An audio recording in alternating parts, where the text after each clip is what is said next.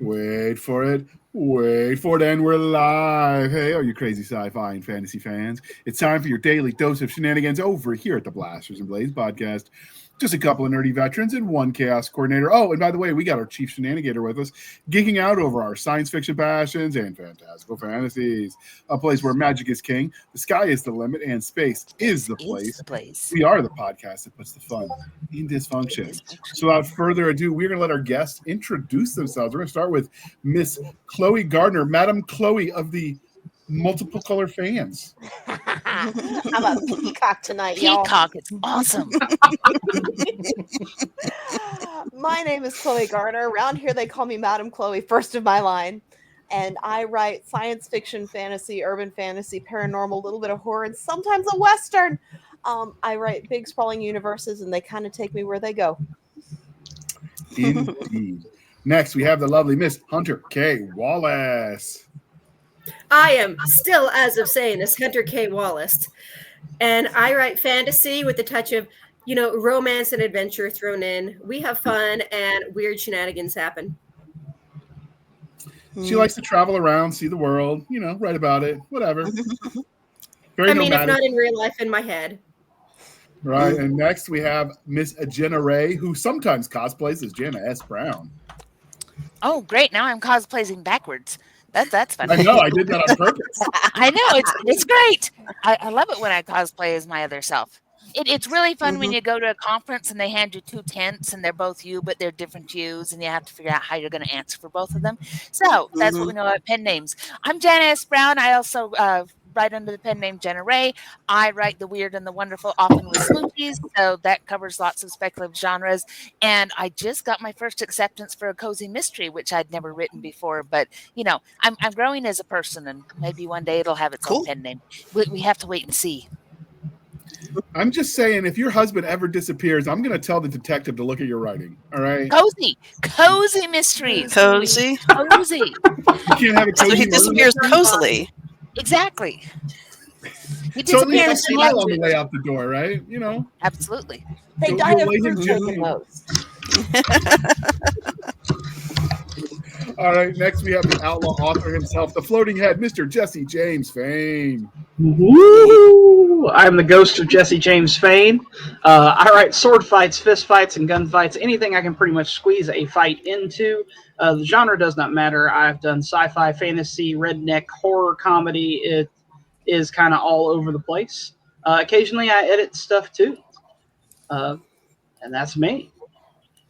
All right, next we have Mr. JT Arelle. I know I added a little emphasis on the end for the fun of it. I figure if Michael Bonjour, MD Bonjour can get it, you get the treatment. Bonjour. Happy to take it. French. Hey, so I'm JT Arale. I write science fiction, middle sci-fi, fantasy, urban fantasy, high fantasy, all of that, and a little bit of horror. All of it usually involving dwarves. All at the same time? Sometimes. Outstanding. All right. Next, we have Miss Melissa McShane, the war mistress herself. Oh, thank you. I'm Melissa McShane. I'm coming to you live from India, where it has been a rainy night, and that means the weather is going to be beautiful today. I write all kinds of fantasy, including historical fantasy and contemporary fantasy, and any other thing I can squeeze a little fantastical into. And I'm just happy to be here. All right. And next we have our Canadian friend, the Maple Leaf candidate of the year, Mr. Nathan Petty. So I'm Nathan Petty. I write science fiction mainly. I have dabbled in fantasy in the past. It's actually where I started. But I write a lot of science fiction, sci-fi crime thrillers, tongue twister.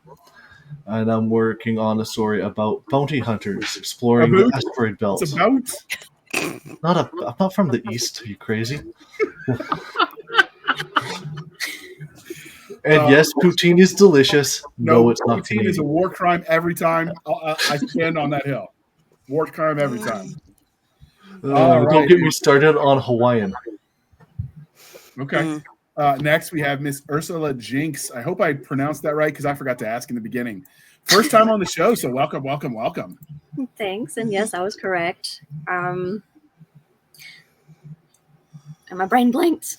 I do It write happens. fantasy. I didn't intend to, but my brain decided we had to write apocalyptic stuff too. So I've got some of that in the works and a few really flippin' creepy stuff I was not planning on. So that's a thing. But actually, primarily, I'm a book coach and I help get authors out of writer's block. I mean, on a scale of 0 to 10, are we talking creepy like the IRS audits you creepy, or you walk out and it's Blair Witch Project creepy? Like, there are two levels of horror. Oh, we're talking probably somewhere along the lines of combination of it and shoot, what was it called? Split. It and Split.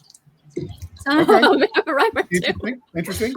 We'll have to have you back to some My Halloween background episodes. is my children's book, so I also got some children's books in the works. Okay, that's a heck of a combination, but we're going to allow it. Next, normally we would do the religion questions, but we've got a full panel, and I want to talk about the subject that brought us here. So instead, I'm just going to ask you, we're going to be airing this episode right around launch of this collection of short stories of awesomeness. So what will you be drinking when you celebrate the launch of this episode? And we're going to start with you, Chloe. I'm going to guess it has something to do with hot and leaf-oriented. Oh yeah, that's definitely me. No, I love my tea thematically, but I love my Coke in the literary sense. Yeah. I thought you were going to surprise me and actually go all in on the tea because you make the stickers. So I just thought, truth in I make advertising. stickers and magnets that really promote drinking tea, and then it's like, no, I drink syrup. Okay, I'll allow it. All right, next we have Ms. Hunter K. Wallace. What will you be drinking to celebrate this? I'm guessing you're not team leaf supremacy. I don't know anything. I will be drinking Circle. Today's Circle is soursop flavor. I don't know what that means, but it's a Mexican flavor and it tastes like cotton candy. I don't know if it's supposed to, but this one does to me. See, it's water with a flavor cartridge. Okay. And no, we're not sponsored by them, but if they want to throw money at us, we won't say no. All right, next. Anytime Circle. Next we have Jana S. Brown, who sometimes cosplays as herself, Jenna. I'm gonna give you an identity complex. Oh, the cosplay! You were going to end up with Chloe just spitting stuff all over her screen. Close, guys. It was close. I saw the faces, and I'm like, "Oh no, we're gonna have soda." Just so for those of you who aren't watching but are listening, it was impressive. You should go to the YouTube just for a minute to watch Chloe keep herself from putting Try soda not to. all over. Yeah. It was close. No, I have my big mug that is mostly empty because it starts in the morning. Diet Dr. Pepper with coconut and lime in it. But I also have to say, it's all your fault, Hunter. I have a Circle now. My husband has one. My daughter has one because the other people in my house do not like the fact that water doesn't taste like anything. And so Water when I tastes told like him water, about your and that is Circle, something. my husband said, "Get me one." So we got him one, and he liked it so much that he got one for all the rest of us. So Circle is not sponsoring us, but now there's at least 4 of us that have them, so they should. Yeah, maybe they should. We'll reach out. Add that to the There you list. go. Jesse, what will you be drinking to celebrate the launch of this fun collection of shenanigans? I would say probably either Highland Park 12 or some homemade wine. We're gonna go with homemade because it sounds cooler. All right, JT, I'm guessing yours is gonna be something awesomely epic. Yes. Mead. Also homemade. Yep. Cool. Respect, guys. Respect. Yeah. We have the Black Snake Meadery in Northern Virginia. One of these days, I want to make a road trip up there just because if you go in and you do the tour, you get to sample everything. Ooh, that sounds nice. I have tried mead before, and it tasted like wet gym socks, but I'm told there are many flavor palettes, and that's not the only one. Jesse's had some. Yeah. No, JT's is awesome. He does very good, and I'm very picky with mead. Wet socks would have probably been really young mead, not properly aged. It tends to be like that when you first take it out of the fermenter. Then you let it sit for another 6 months, and it doesn't taste like that anymore. Yeah, I've got some going on 2 years. Outstanding. All right. So before we make Melissa get really, really squeamish because she doesn't like honey, she's allergic to bees. I bet. At least she is me. I don't know. I'm making this up, Melissa. Just go with it. Did you? Hold on. Did you know Melissa means honeybee? I did not know My that. name means honeybee. Yes. So definitely not allergic to honey. I was just making a joke because you don't drink alcohol, all right? That's true. So, Melissa, what will you be drinking that's not alcoholic when you celebrate the launch?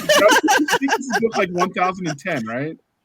Well, probably Coke, because Coke is the best, and you have to search for it in India because they have, Big Pepsi has its hooks into everybody here. But gotta love the Coke. But if not that, then my favorite sparkling lemon ginger water, which is delicious and has a real kick. I just want you to know, Garrett, we did not pay her to say Coke. Well, our fan of the show is a driver for Coke. He's the one that sent us the wood carving of the War Hamster. Yes. Really? Yeah. My husband's a driver for Coke. Let's get them to sponsor us. I'll reach out. Let's see what they say. Maybe I can get some free Diet Coke out of it. All right, Nathan, what will you be drinking up in Canada land? Syrup? So it all depends. If I'm editing, it'll be just coffee. If I'm writing it, it'll be rum and Coke. So I actually am going to buy a author copy of this collection, and I'm going to sign it, and we're going to mail it around to everyone. So everybody signs it, and we're going to send it to Garrett, friend of the show, for all of the wood carvings he sent everybody. Spoiler alert! I guess. I found Garrett's spoiler alert. So he gets mad. It took me a second to get it out. Ursula, he gets really mad at us when we spoil things, even when it's a 40-year-old movie. So it's a little unreasonable now, and he's got a sense of humor. So he sent Jesse that plaque. But speaking of, what will you be drinking as you celebrate yet another launch, Ursula? Most likely some sort of chocolate milkshake. Probably something homemade with peanut butter and chocolate hazelnut spread. All right, we're all coming to your house. That sounds delicious. This is okay, but I add spinach because you can't taste it, but it does turn it green. Okay, it's good stuff. Okay, spinach. I do the when I make the kid his smoothie, I sneak in carrots that I cut up because you can't taste it, and carrots go good with like sweet flavors, so it still works, and I sneak them in. But it doesn't make the color change as awkwardly, I imagine. Well, it gives it an orangish color. I'm colorblind, so I'm guessing, but since they're tropical fruit, it still just blends in. Yeah. Wait, I hope he doesn't listen to this episode. He might be onto my secret now. I shouldn't have said that. No. Cut out that part. Give him the edited version. Well, I would say I edit anything out, but I'm pretty lazy. Unless it's like absolutely national security required, I don't edit anything. All right, so Melissa, since you wrote the introduction for this anthology, might you introduce this episode and tell us what the War Hamster anthology is? All right, I will introduce this episode.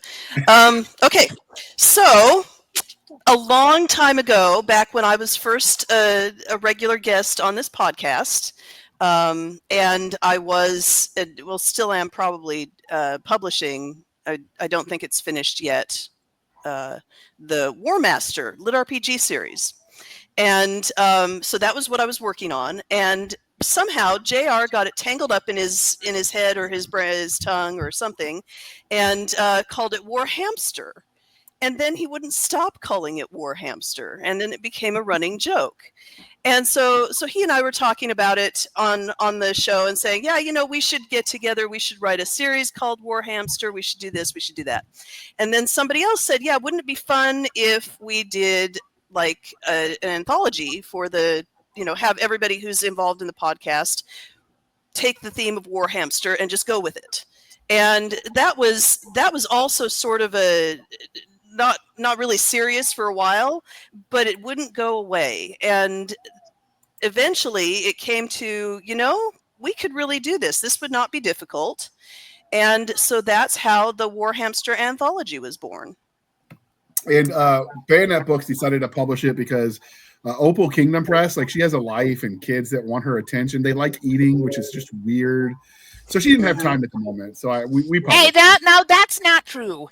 Because we were fighting over it, and you eventually said, no, I want to do it, and so I let you. Oh, Because I is that totally what would have we're taken going this with? one. Okay, okay. Yes, Oh, yes. I see. I allowed it because So- I totally wanted this one. As you listen to this episode and you decide you're going to buy it, because you will, the War Hamster anthology, we will also link in the show notes to the War Master series, so you can see the series you. that spawned the sense of humor, and it's really good. So you should check it out. It's even family friendly-ish. She doesn't write the cuss words like I normally write, so you could probably read it around your mom and stuff, which is cool. Yes. Yes, for some people. Just gonna put I it think out it's there. important. I just read the first book and oh, it gave me the feels so good because it had the adventure, but I'm also shipping these characters. I'm like, it's gotta happen. How many books is it gonna take? I can't wait. Also, will we have another dragon? I mean, we didn't strictly have, but we had those joyous kind of vibes in there. We had like Oh, just wink wait.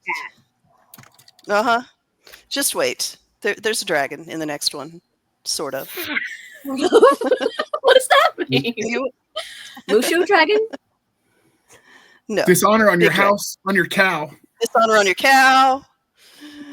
Yeah. All right. Well, good. I'm glad you liked it. Okay, so we'll just go through and we're going to talk about the stories that we wrote, and we're just going to go round robin because I'm going to do the Brady Bunch squares and we're going to go with JT.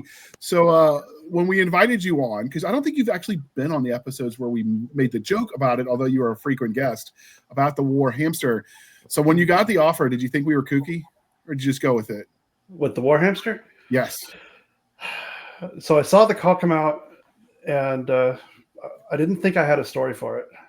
But then I remember all those internet tales that basically no hamster ever has had a peaceful death. And as I was walking through my kitchen, I saw my blender, and I was like, damn it, That's not where that came from. now I've got a story. Okay. I've got so many questions, but I'm just going to read it instead, and then I'll find out the hard way or squishy way, whatever. Wow. So Blender inspired your story. Yes. Okay. Is And the it main Okay. is the main character of your story the actual blended hamster, or is it blended somewhere else? The main character is more the hamster colony as a whole, because there's a lot of shamanic overtones to my story. So, See, I'm going to show the cover. I can't keep it up the whole time because there's too many of us in the Brady Bunch squares. But War Hamster, I love that Tails, you thanks, call it Hope. He's a little cute thing. Yeah. yeah, but they definitely go to war. I mean, it's a War Hamster. I would assume war would be involved. Yes. Yeah. So what can you tell us about the main character? If you could give us just a little bit of a peek of why we want to read this awesomeness. It's really hard to say. The main character is obviously the oldest hamster, the head of the farm, and he's tired. He wants to do the regular thing every day and gets called into this battle, and then the head female kind of takes over, and she's like, "No, we got to take care of this. This is a problem." Okay. Nathan, you've been on some of those episodes where we made this joke, and you've listened to it countless times and laughed every time, and for that we thank you. But what did you like? How did your story come to be? And then tell us a little bit about it. The basics of it was I tried to figure out a logical way of having a hamster who's a warrior, and I thought maybe I can go the sci-fi route, but I really wanted to write a portal fantasy. So instead, I have the main character, who is Enrico. I had to check because I have too many stories. Is Enrico, and he's a mountaineer, and he gets sucked into this fantasy world where now he meets a giant hamster, and he has to fight the evil. Wait, the hamster is the evil one? No, the hamster's not evil. He has to fight with the hamster. Oh, okay. Now, is this more sci-fi or fantasy? Because these collections kind of go both ways as far as stories. It's a fantasy. Okay. JT, was yours fantasy as well? I forgot to ask. Yeah, urban fantasy. Okay. So what can you tell us about your main character, Nathan? Is it just enough to get wet people's whistle, make them want to listen, read? Well, he's a caver. He's the type of guy that if he walks through and he sees a small hole in the ground, most people go, "Oh, I don't want to fall in." he goes, I wonder how deep that goes, and climbs in. And which is, how he gets Wonderland. Okay. So he signed up for the military. I got it. That's how we roll. All right, Melissa. We know where the War Hamster story came from, but where did your individual contribution to this collection come from? Well, I was explaining the project to my husband, and he knew about the War Hamster joke because I'd told him about that too.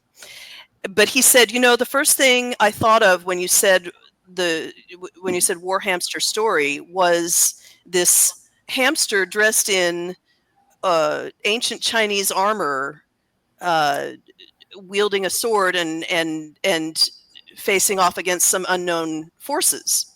And I thought, well, that's interesting. I wouldn't have thought of that. But I have another couple of stories in a different universe that's inspired by my love of Barry Hugart's novel Bridge of Birds. And it's sort of an alternate, China that never was. And so I thought, well, that gives me a good setting. What can I do with that setting? And so I came up with a story about a young man who is being bullied, and his ancestors send him the War Hamster, who's the totem of his family, and he's not real grateful. I meant it to be goofier. I meant it to be the War Hamster getting him in trouble. Like, she's all bold and everything, and he's not, and so she's all running off to fight battles with pug dogs, and he's constantly trying to stop her. And it turned out to be more serious than I had anticipated, probably because bullying is not funny, really, if you're the one being bullied. And so I just my mind ended up going in a slightly different direction, but that's where my story came from. Okay, so it does fit in a larger universe? Yeah, more or less. This is a universe I've written a couple of short stories in. One of them for another anthology that's coming out, I think at the end of the year. I don't remember. They're a lot slower to produce than you guys are. So it's been ongoing for a while. Okay. And do you think you'll continue writing in this universe? I might. I don't know if it supports a full novel. It might just be a bunch of shorts, but I enjoyed doing it. Like I said, I really liked Bridge of Birds. I liked what he did with blending ancient Chinese myth with a detective story, and I always wished that I had written to the author to tell him how much I liked his book, and I never did because I thought he was dead, and it turned out he was still alive at the time I was thinking that, and so I missed an opportunity. And so it's kind of like a tribute to that when I write in this world. So yeah, maybe. Okay. I forgot to ask this of Nathan and JT. So JT, does your story fit in a larger universe? I think it would be hard for me to do that because of the universe. It's too thin. Yeah. Okay. Maybe. All right. So what about you, Nathan? Does it fit in a larger universe? Like, this is the first story that I've written for it, but yes, I could keep writing in this universe. So with enough peer pressure, there could be more. All right. I'm tracking. So as people send him those emails. All right, Jesse, tell us about your story. Like, where did the idea come from? So I wanted to do a War Hamster. I wanted the hamster to be involved in the fight. The moment somebody said War Hamster, but I really did not want to do the Red Wall style. Okay, here's a hamster in armor. I wanted to take it in a different direction. Well, I have a mill sci-fi universe that already involves super soldiers. Every soldier is a super soldier in the Children of Fire universe. They're all cybernetically modified. And I was planning on already introducing some genetic manipulation stuff that you guys will see in Biological Bedlam when it's ready to come out. Winterborn is in one of my main universes. It's in my big Milsci universe. And it is the Heavy Assault Mounted Shock Troopers Escort Reserve. So the soldiers themselves are the hamsters. And they ride what they call Arctics, and the Arctics are about Asiatic elephant sized, and they're big, fluffy, got cheek pockets. They're hamsters. They're giant hamsters that have been modified to deal with this really terrible, nasty, cold planet full of hostile aliens and pirates and some other surprises. And Sergeant I and his hamsters, they have to deal with it. Okay. Jana, where did you get the idea for your story? And then can you tell us a little bit about it? Yes, my story came from a combination of rewatching episodes of Firefly back when we were preparing to do the Serenity podcast. So I'd been rewatching some stuff before that, and I do love that kind of the trope of the guy who used to be in the military and all that kind of thing, and then he ends up getting his own ship, and it's a hunk of junk, but it makes him happy because it's his, and he gets to fly around, and having the wacky crew. And I've not done heavily science fiction humor before, but the idea of a war hamster to me said this had to be humorous, and so Captain Jax flies the war hamster. The war hamster is his bucket of bolts that is continually in need of repairs, and he continually doesn't have enough credits to get those repairs, but he and his crew manage to keep it all together. His crew includes his engineer and sometimes pilot, and also a four-armed alien who has multiple stomachs, which must be fed with mint Choco Krispies, which he buys by the pallet, and sometimes forgets the part about buying them. He just kind of takes the pallets, which leads to all kinds of shenanigans for poor Captain Jax. And they are called on a salvage mission that is full of troubles, including pirates and running away and battles with a blowtorch. So that it's a very, very silly. It's meant to be silly, and it is very, very silly, and I love it ever so much. It makes me happy to read because Toblin's running around going, but my stomachs are empty. And it's like, this is the least of our problems. Well, I'm not a very good worker if I'm hungry. It's like, I feel this one. So yes, it's silly and it's fun, and there's lots of hamsters. Toblin is an expert when it comes to hamster trivia, and he lets them know that throughout the thing.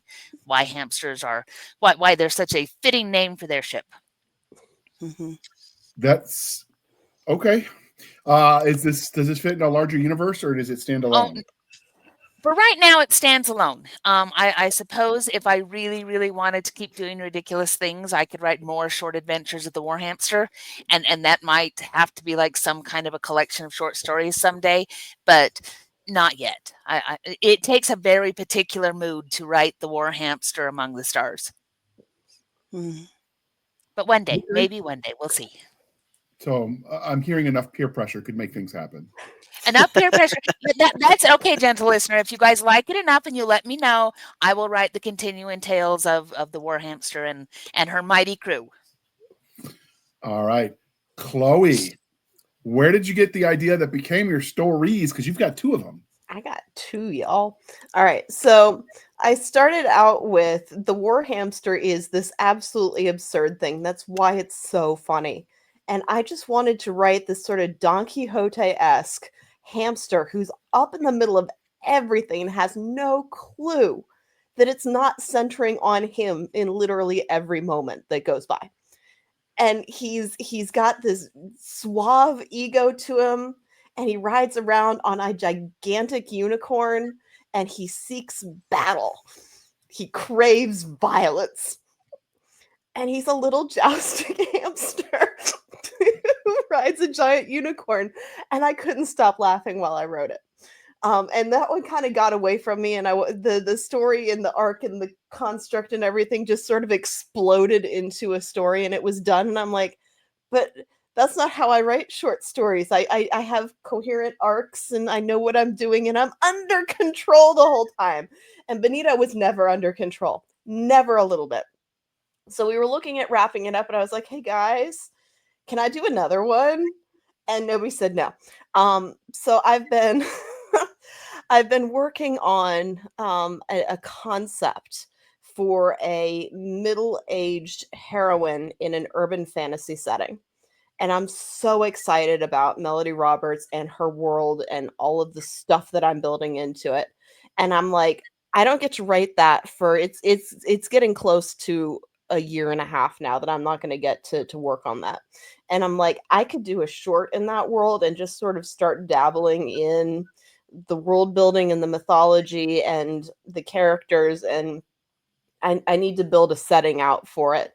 It shares a broad world with a couple other series that I've done. So I know the magic theory, but this is set in Detroit specifically, and I've not really spent much time in Detroit in this world.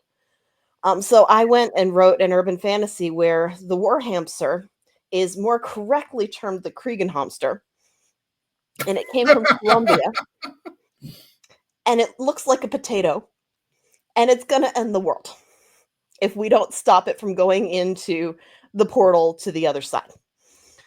And it's just a straight up urban fantasy adventure.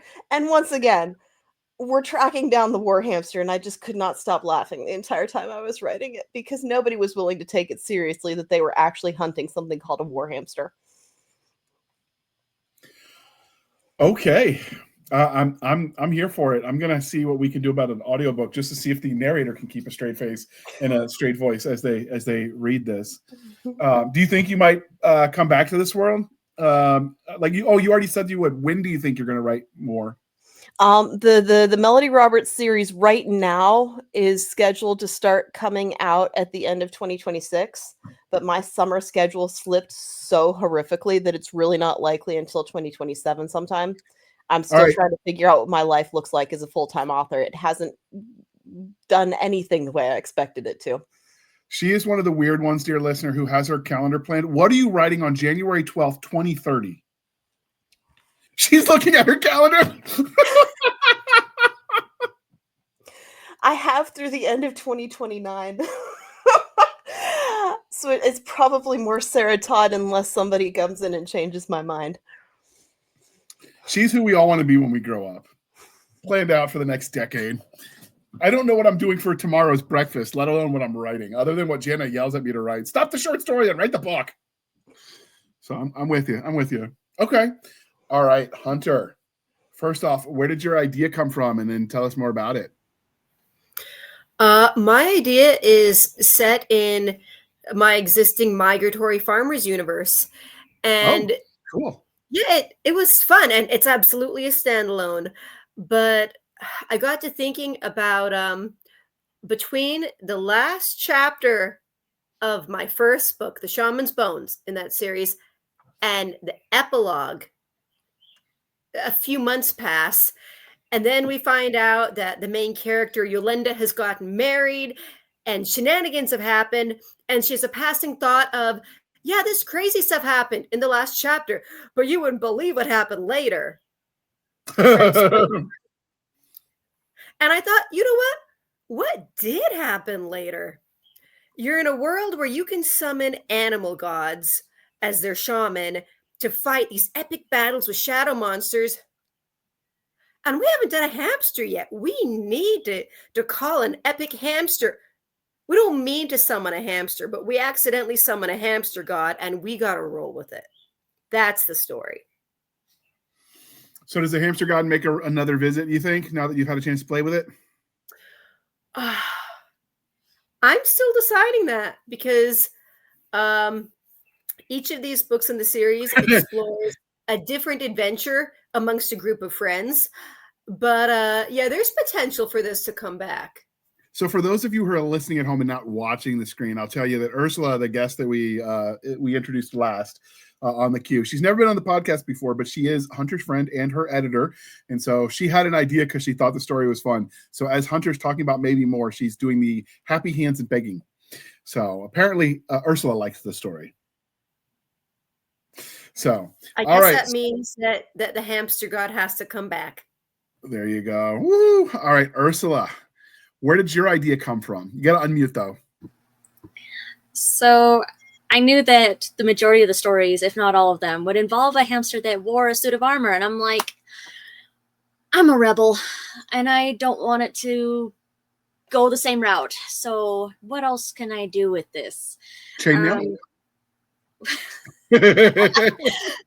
No. For a while I thought, you know what, I don't think that I'm going to be able to come up with anything. And then I have a love for games, okay? All kinds of games, phone games, dominoes, cards. And I thought of the card game War. And I'm like, wait, what if there's a hamster that just loves to play games or watches someone that plays games and just wants so badly to participate and for some reason can't? And naturally, his favorite becomes War. Okay. So, do you think you're going to write more with these characters, or is this a one and done kind of story? I think I'll try to get a cameo of them. I can already see how I can incorporate them into other pieces that I've got. And I've written them in a way that there is room for growth and I can sneak in. The majority of my writing before this was mostly fantasy, and I can sneak in some things here and there to make it mesh. If there's a desire for it, I am more than willing to bring this back because I think I can expand this. Nice. So the idea obviously started when for me, when Melissa and I started doing her solo interview, which was the first time Jana co-hosted for us. It was the very first time she was the co-host. Before she was Chief Shenanigator, she was just the Shenanigator. She wasn't Chief yet. And we made that joke, and then it went on for so long that I'm like, we really ought to, when our schedules align, write this as a trilogy, just something we could get in and get out and have fun with it. So I was telling my mom in one of our planning sessions that was over the phone instead of in person where we normally go to breakfast at the local diner to do, because it's a tax write-off, people. Don't look at me funny. And so I was telling her about the War Hamster. She thought I was saying Were Hamster because she's into shifters. And I was like, no, not Were Hamster, War Hamster. And we went back and forth, and she wasn't getting it. And she said, oh, a War Hamster. And I'm like, oh, God, it's Abbott and Costello all over again. So now I think we probably ought to write the War Hamster. I'm not sure what that'll look like, but that's where the idea came from. And then I started thinking, well, for the short story, I don't want to do that because I don't want anything that's going to tie Melissa and I down when we make this happen. And she's going to push me because she's not going to let me cuss. Because I write lots and lots of soldierly words, we shall say. And Melissa Indeed. doesn't like those. Jana already has to edit them out. Poor lady. I do that. Is it true Yes. that your face turns really red when you read what I write? Like you just get really like, oh, come on, JR, don't do it again. No, mostly I roll my eyes a lot. I get bopped in the head when I say those words around my mother. So I'm with you, whatever. But so I started thinking something I could do. And I've dug sci-fi for as long as I can remember. I'm like, well, what if I could merge sci-fi and fantasy into the same setting where both work? So I'm like, well, how would I do that? Well, I don't want the hamster to be the main character because, like Jesse said, Redwall's cool, but it's been done. So I have these soldiers are all sitting around the tent. They're on some outwater planet, and they're all normally I make fun of the cannon guys because cannon cockers are weird. They're not as cool as us grunts. But I decided I was going to make them the main character. So they're all like assigned to this planetary orbital defense battery on this backwater world in the middle of nowhere, and they're bored. So they're in their tent between shifts playing, of all things, Dungeons and Dragons, because it's going to be around in the year 50,000 BC or whatever. I don't know. In the future, they'll still be playing it. And so the session ends because they get alerted right as they rescue the War Hamster in the game, and then they have to run and fight, but a portal opens because debts have to be repaid. And one of the things that was kind of the watchword of two expressions when I was in Iraq, it was always before every mission, it was until Valhalla because the Norse kind of influenced a lot of the military. But then when we started losing friends, it was some promises are eternal because, you got to honor their memory. So I thought, what would that look like in fiction? And we ended up with a war paladin who's a war hamster who has a blood debt to repay to these soldiers on this fantasy planet. So we have full-grown humans with little actual hamsters riding miniature horses with swords that are deadly. And yes, it looks like a toothpick to the humans, but they still manage to hurt people. And so they pay their debt back and help defend the fort. And that is the story. It was a lot of fun. And I named the main character after some of my friends and some of our podcast listeners, and they'll know as they read it that I wrote them into it. Even Garrett got an honorable mention as one of the Cannoneers. So that was where my story came from. Is as far as larger universe, it doesn't exactly fit, but the sci-fi in it was intentionally so generic. I could easily pull it into any universe. I think make it work, and I think I will just because the characters were fun and it was weird to write from the non-infantry kind of point of view. So I might have to try that again. I'm doing that with Jana. She's pushing me, and I'm writing a cav guy, and I'm trying really hard not to make fun of the character as I write about him. So maybe I'll expand my horizons and write about the canon guys too. The Navy, though, He that's totally makes fun of him. It's a bridge too far. Yeah, because he's a cav guy who can't ride a horse, And yet he has spurs. but they give him spurs. So, but yeah, so that's where my story came from. So, obviously, we've talked about our individual stories. What did you notice when you were writing this? Did you guys have fun with the stories, or was this, just your normal process? I know Chloe was giggling like a loon when she wrote hers, and I was chuckling as I wrote mine because it was so ridiculous that I just went with it. But what about the rest of you? Well, I was sitting in the San Francisco airport waiting to board a plane to go to Utah, and we were there for a very long time. So it was something to do, and I didn't think I was actually going to get that far because I was kind of distracted. But it grew on me. Okay, now when you were writing this, was this when you were coming back after Garrett had sent you the plaque? No, I was going home to, and then and I was going to get the plaque when I got home. So this was on the way there. Whose background noise is that? I don't know, but we'll blame Nick because he's not here. Okay. Cool. What about you, Ursula? You're smiling a lot when we asked if you were giggling when you were writing your own story. Were you? Were you? There were a couple points where I'm just like, this is great. I didn't anticipate having this snippet here, but just a couple moments. I'm trying not to give spoilers myself because I'm like, certain phrases that were definitely just making me chuckle a little bit. I was just like, oh, they're going to like this. They're going to like this. Someone's going to like it. I like it. Cool. If you like it, that's all that matters. Everything else is just cherries on the top of the sundae or whatever you put cherries on top of. I don't know. See, Jana does the cooking. We'll have to ask her for the recipe with cherries. I don't know. So what about you, Jesse? Because you normally write really gritty, really serious stuff. Like Nate. So you normally write obscure and the ridiculous. I had a blast with this. I'd love to talk about it, but it would spoil things. But hamsters have a very unique physiology. And so blowing them up big and setting them up for sci-fi warfare against aliens and other foes was a blast. Like figuring out what the standard operating tactics were for a mounted hamster unit was absolutely amazing. And getting to work spears and shields into sci-fi was a lot of fun too, because it just made sense. If you're out on this big giant thing, even with the energy shields, it's a big giant living armored hamster. So you needed a lot of firepower and you needed some defense. So the shock troopers, they end up with shield and spear and a big machine gun on the back. And that's kind of how they make it work. Nice.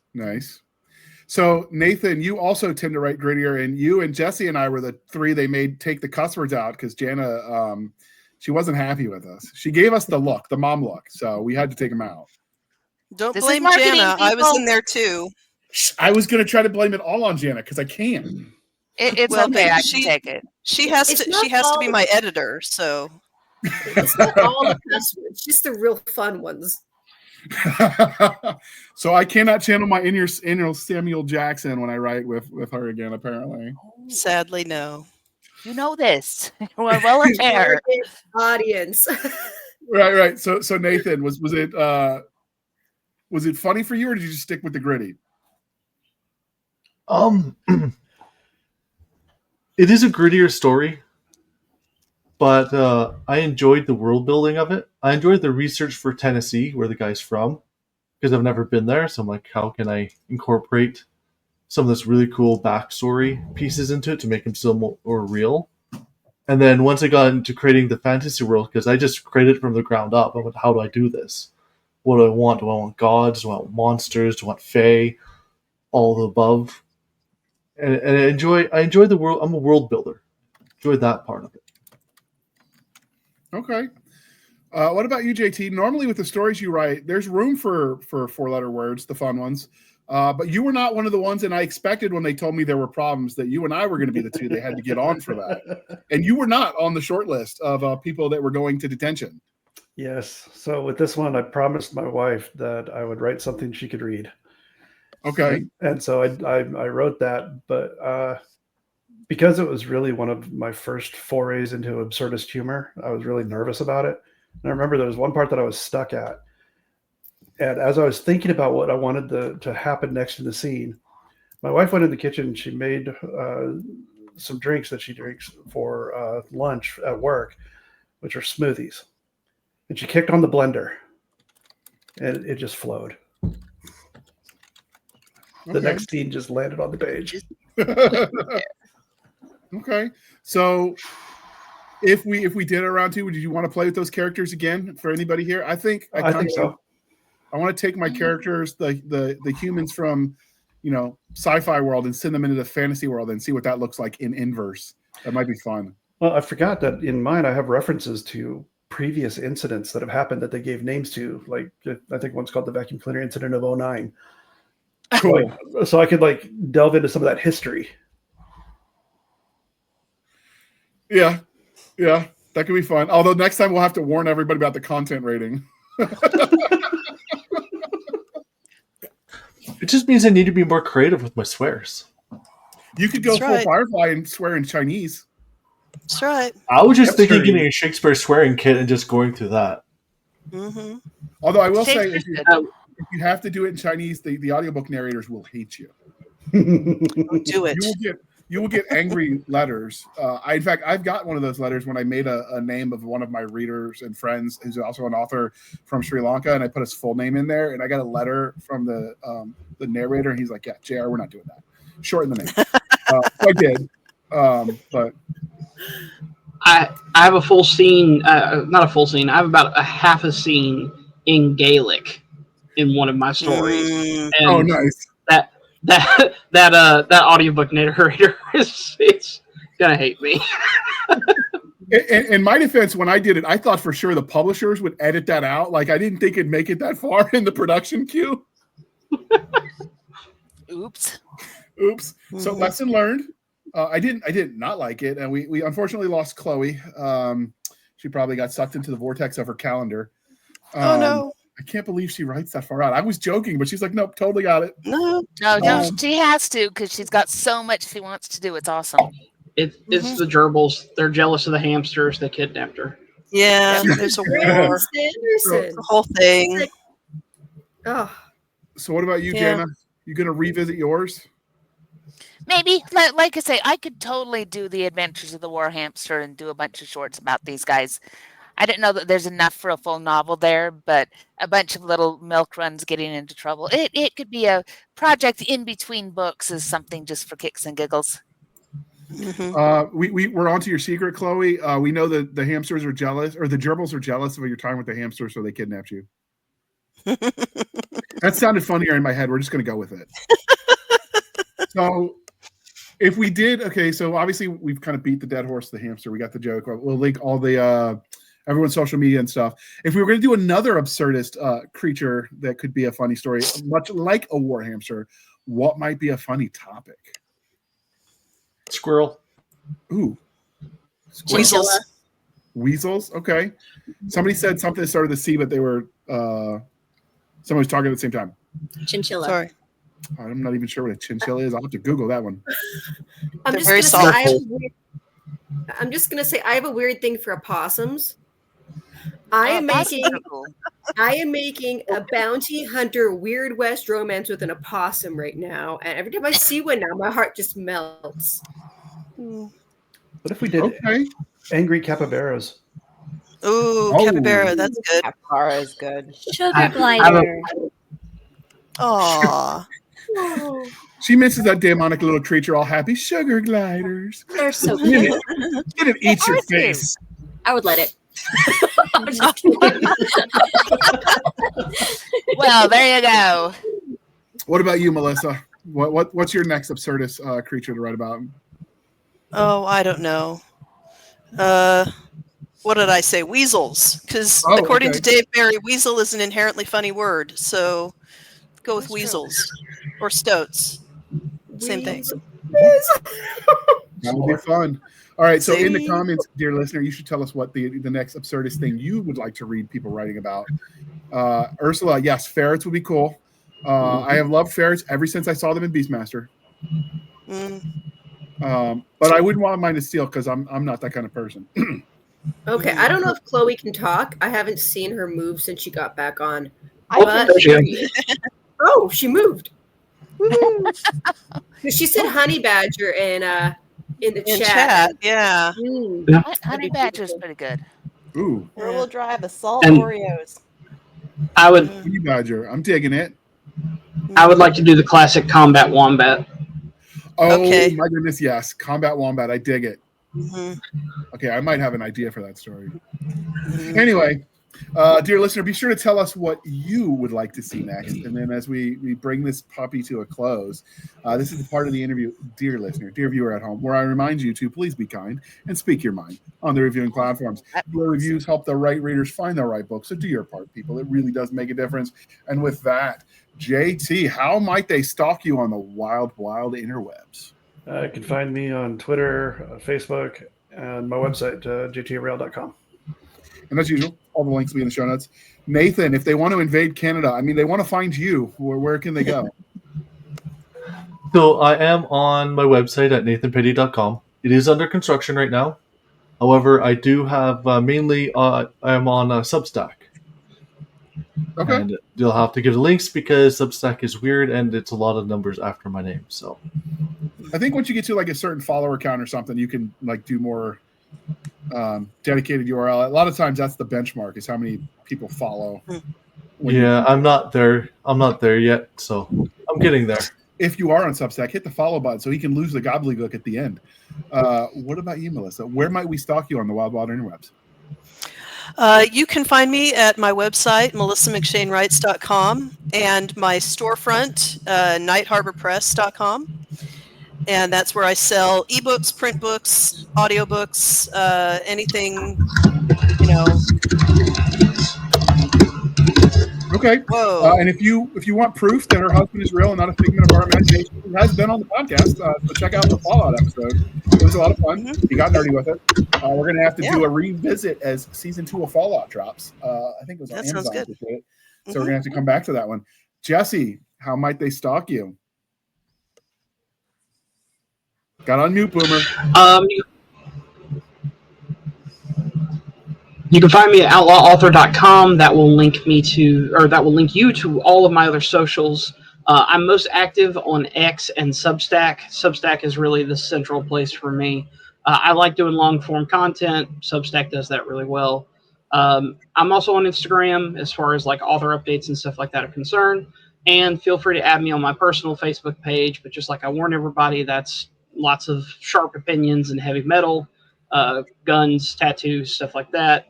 If you're not ready for those things, sorry, don't show up. You've been warned. Yeah. All right. Jana, and all the many extra personalities we have not yet named today, where might we stalk you on the wild, wild interwebs? You can find me over at linktr.ee to use JR's spelling of it. Linktree/Opal Kingdom Press or just www.opalkingdompress.com. That links to all of the other stuff, and there's a lot of other stuff. I am not good at hiding online. She's high tech though. Her social media skills are banging. Her MySpace page, people, you want to check that out. It is just it's. You're not even old enough to remember MySpace, JR. I am too. Tom was my first internet friend. Oh my. You were just a baby though. Jana, I'm old enough to remember MySpace, so JR definitely is. I'm gonna go. You shouldn't be old enough to remember that neither. Because I still am scarred by the time my kid asked me if I fought dinosaurs in the war, and I'm like, yeah, kid, I'm not quite that old, not yet. So All right, Hunter. Back in the day. Back in the day. Well, you can find me on Facebook and at hunterkwallace.com. And, just keep on stalking me as you creepy kids do, because, as I said, I have a fun, weird Wild West coming up with an opossum. Okay. I still think you should get your narrator when you do the aluminum ziggurat. It should be aluminium. They should say it like the Brits do, just for like posh. Go for it. Or aluminium ziggurat towered in the sky. Or you could do they did the Harry Potter with the Scottish brogue the whole time. You could do something like that with proper posh British accent for the aluminium ziggurats. I mean, I would say that to Chloe, but hers are already pretty much there. She's too posh. You should do it. Peer pressure. All right, Ursula, where might we find you on the Wild Wild interwebs? And we will link to all that in the show notes, dear listener. I'm on Facebook, Instagram, Threads, but all under my book coaching business name, so Buggy Boss LLC, with Buggy spelled Buggie, because I'm a little nuts and had to spell it that way, I guess. Nonconformist, I dig it. All right, and finally, Chloe, how might we find you on the Wild Wild interwebs, Madam Chloe, first of her line? First of my line. If you're looking for a personal interaction and to meet me as a real human being, the best place to hang out is my Facebook group. It's an absolutely lovely place. If you just want to know when my new books come out, follow me on Amazon. This is the simplest way. And then I post essays on my website from time to time on what I've got going on and the books that are coming out and where my head is. And those are fun too. So that's chloegarner.com, and you can come see where those are coming from and where they're going. All righty. And if you do go to her book, just be warned, they are very much leaf water supremacists. They do not understand the sacred bean water is king. So you will get bombarded with tea references. But hey, what are you going to do? Nobody's perfect. You can find us, a dear listener, on our link tree, linktr.ee linktree/Blasters and Blaze Podcast. Again, linktree/Blasters and Blaze Podcast, where we link to all the things: the BitChute, the Rumble, the YouTube, the TikTok, the Twitters. We've got our Spotify, our Discord, our Blasters and Blaze Facebook group and Facebook page. We have our email, blastersandblazepodcast@gmail.com. Again, blastersandblazepodcast@gmail.com. For professional purposes only, people save the shenanigans from Stabby Stab over there on the Instagram, Twitter, and the email. You can support the show by going to buymeacoffee.com/author J.R. Handley. Again, buymeacoffee.com/author J.R. Handley. Be sure to put in the comment section that it is for the podcast, and I promise I will keep my co-hosts duly caffeinated. They will drink that coffee brand coffee till it pours out of their eyeballs, and we swim away on a river of Java goodness, except for Jana. She'll be drinking Diet Dr. Pepper or something. But you can't swim in that. That's sticky. Go-Go. I will drink the Go-Go. Oh, they do have delicious. They have the good hot chocolate. Yeah, Brown Coffee has amazing hot chocolate. We are heading into fall. They even have some that's got little marshmallows in it, and they have peppermint, and they have caramel, and it is wonderful. So I will still shill for Brown Coffee because their cocoa is amazing. And if you use the link in the show notes, discount code PodcastGrunts, you get 10% off. We get a little bit of kickback. It's a win-win, people. And I will say, Jana, on your recommendation, I did too buy the marshmallow included hot chocolate, but I wouldn't know what it tastes like because my mother stole it. Your mother's amazing. We love her. Not that I'm bitter or anything. She's like, 13 hours of labor, JR. Anyway. That's the cheat code, right, for mom. You can just throw that out there. And it doesn't even have to be the real number, right? Like, you could just double it. No one's going to know. And with that, thank you for spending some of your precious time with us. For my crazy co-host, I am J.R. Handley, and this was the Blasters and Blaze Podcast. We'll be back next week at the same time, where we'll indulge our love of nerd culture, cheesy jokes, and all things that go boom. And for the record, if you're listening at home, dear listener, Terry is included in this collection. She was not able to make it. We're going to do a solo interview with her, and you'll hear it probably the same day this one launches. So they'll all be out there so you can get nerdy with all of us. And with that, thanks everyone for coming on. This was fun. If you like this episode, great. If you don't, we blame Jana. And it's all right. I take all the blame. It's fine. And with that, we're going to hit the end button. Wait for it.